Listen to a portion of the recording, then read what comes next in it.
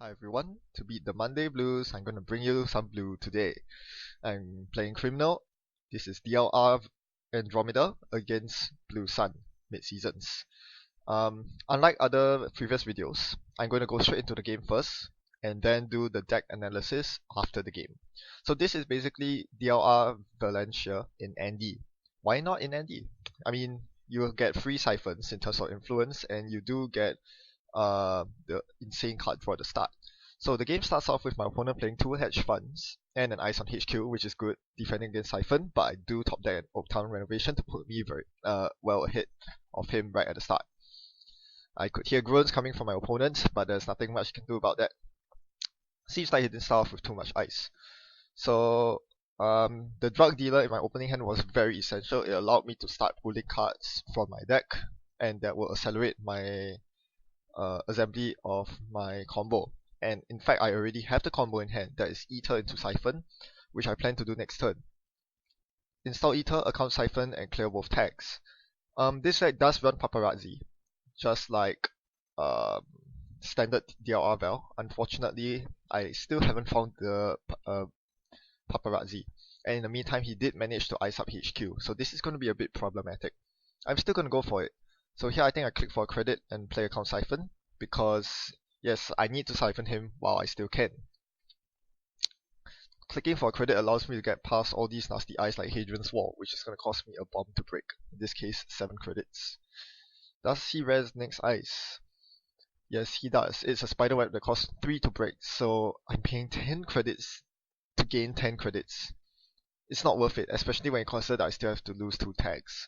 But it doesn't even swing the credit advantage to my side, because clearly he's on 14 and I'm on 8.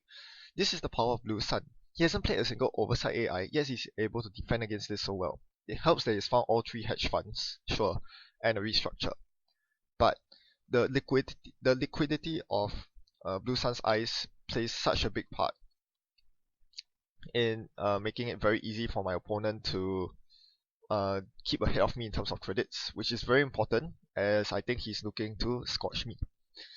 So obviously, he made a mistake there. My opponent did not re-ice HQ, which was essential for making the siphons less profitable, so I got a very cheap siphon off.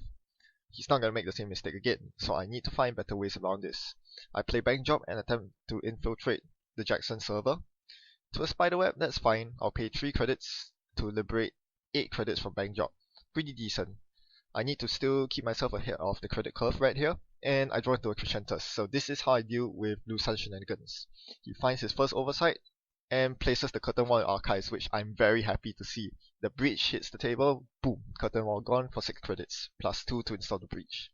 Oh man, that felt so good.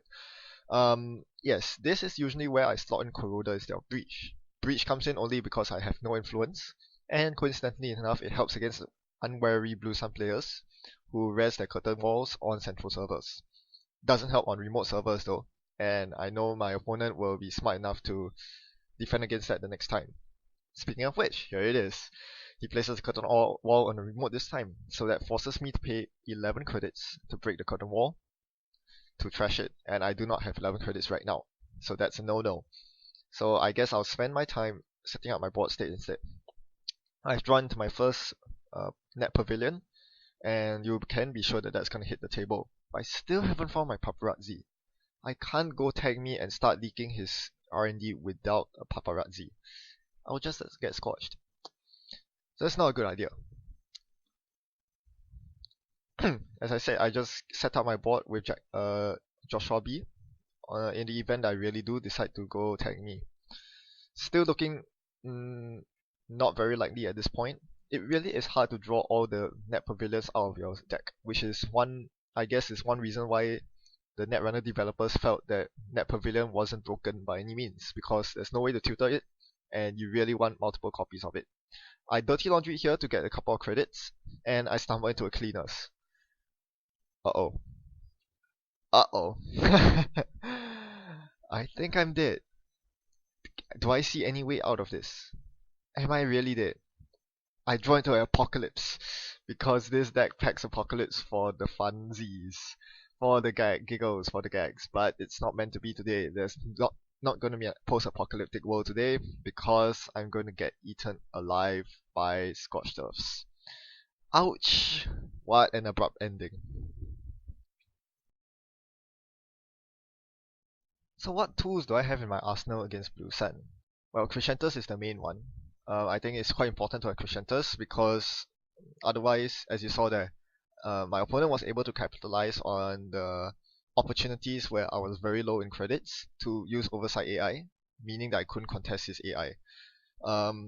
Crescentus will allow me to contest his Curtain Walls and Hadrian's Walls post-res, and that's pretty helpful. That being said, I didn't get the time to use it this game. Feign is also very nice if he decides to go for Christian on HQ. It actually allows me to make an access into the server and trash the Christian most importantly.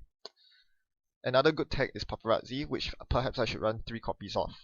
The thing with Paparazzi is that it's very much a dead card against most other matchups, because there are so many ways to land tags, namely account siphon, that you don't need Paparazzi unless you're afraid of flatline. So it's your basically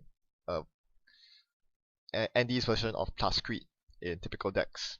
You don't need 3 copies of Plascrete, do you? So yeah, those are the reasons why I lost, because I don't have enough of these anti-Blue Sun cards. To be really fair, Blue Sun is one of the hardest matchups for DLR Val, and that extends to DLR Andy as well. It's so difficult because, as I said, they're able to burst back in money so quickly. You can never credit lock them because they can simply bounce ice and threaten you with the newfound credits thereafter.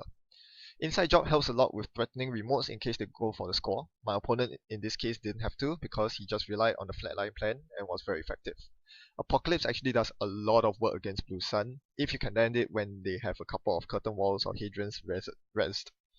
Again, it couldn't hit this game because, well, I could have actually attempted to hit it on my final turn, but firstly, I would still get scorched. I would still flatline, and yeah, secondly, I just didn't have enough clicks to pull off the successful runs on the centrals. But either way, it's a hilarious thing to do, and it's especially effective against Blue Sun if they were relying on res Curtain Walls to give them 14 credits at the end of their turn.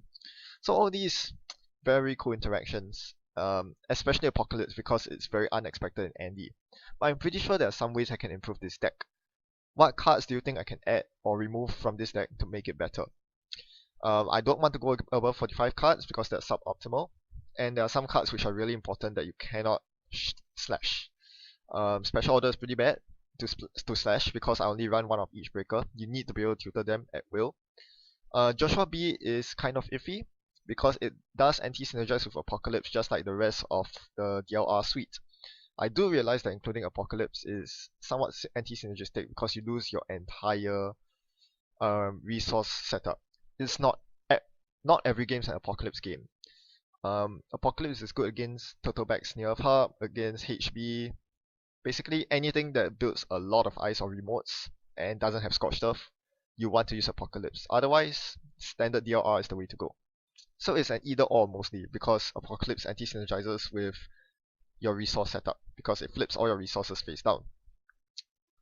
So yes, if I were to swap out and influence, a card that costs influence will be Joshua B.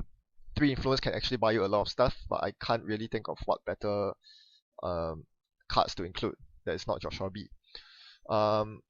If you want to include more criminal cards or neutral influence-free cards, Dirty Laundry will be a card to slash. Dirty Laundry is usually very good in Andy because it's a first turn card, just like Daily Cast and Gamble, but it's not that good in this deck for obvious reasons. You're not really looking to run a lot, and you don't have Desperado. So yeah, I would like to hear any suggestions on how I can improve this this variation of DLR Valencia. And I would like to read your comments on it. That would be greatly appreciated. If I do get enough comments, I might try to do another video with an improved version of this deck. In the meantime, thanks for watching. Happy night running. Goodbye.